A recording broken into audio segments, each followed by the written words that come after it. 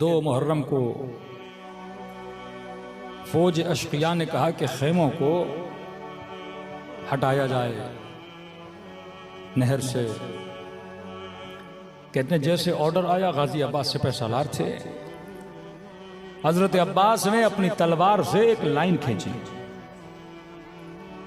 اور فرمایا اگر کسی میں جرت ہے جب تک میں زندہ ہوں اس لائن کو پار کر کے دکھائے. لکھنے والے لکھتے ہیں چہرے پہ اتنا جلال کے خون جمع پڑا ہے عباس کے چہرے پر، آستینوں کو پلٹا ہوا ہے اور تلوار ہاتھ میں لی ہوئی ہے کہ ہے کسی میں جرت کے آگے آئے. سیدہ زینب فرماتی امام حسین اچانک میرے خیمے میں آئے اور چہرے سے ایسے لگا کہ امام حسین تھوڑے پریشان ہیں. میں نے کہا بھائی حسین کیا ہوا ہے؟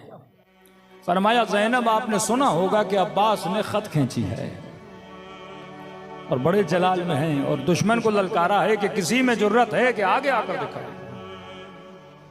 سیدہ زینب نے فرمایا کہ بھیا حسین عباس کے ہوتے ہوئے کسی کی جرت ہے کہ خیموں کو ہاتھ لگائے؟ فرمایا بہن زینب میں چاہتا ہوں کہ خیمے ہٹا دیے جائیں، میں ابھی جنگ نہیں چاہتا. تو سیدہ نے کہا حسین کیسی باتیں کر رہے ہیں؟ اگر آپ کی یہ مرضی خیمے ہٹا دیے جائیں جا کے عباس کو بول دیجئے. آج تک ہوا کہ آپ کچھ چاہیں اور عباس نہ کرے. مطیعا لمولا، زیارت حضرت مطیعا لامر مولا، اپنے مولا کے امر کی ایسی اطاعت کی کہ مثال بنے. آج کربلا جاؤ تو دو روزے نظر آتے ہیں، دور سے ایسے لگتا ہے دونوں اماموں کو روزے ہیں. کہ میری زیارت سے پہلے عباس کی زیارت کیا کرو. تو کہا کہ حسین آپ کہہ دیجئے عباس نے آج تک آپ کو روکا تو نہیں ہے. سیدہ فرماتی امام حسین بیٹھ گئے.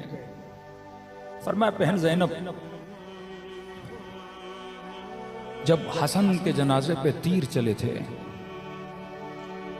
میرے عباس کو اتنا جلال تھا، تلوار نکالی کہ بس حسین مجھے اجازت دیجئے.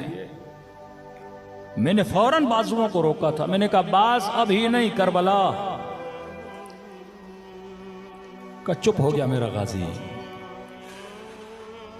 کہ زینب جب بیعت کے لیے مجھے دربار میں بلایا اور اس نے توہین کی، اتنا جلال تھا تلوار نکالی کہ مولا سر قلم کر کے قدموں میں رکھ دوں. میں نے پھر بازو کو روکا. میں نے کہا عباس ابھی نہیں، کربلا.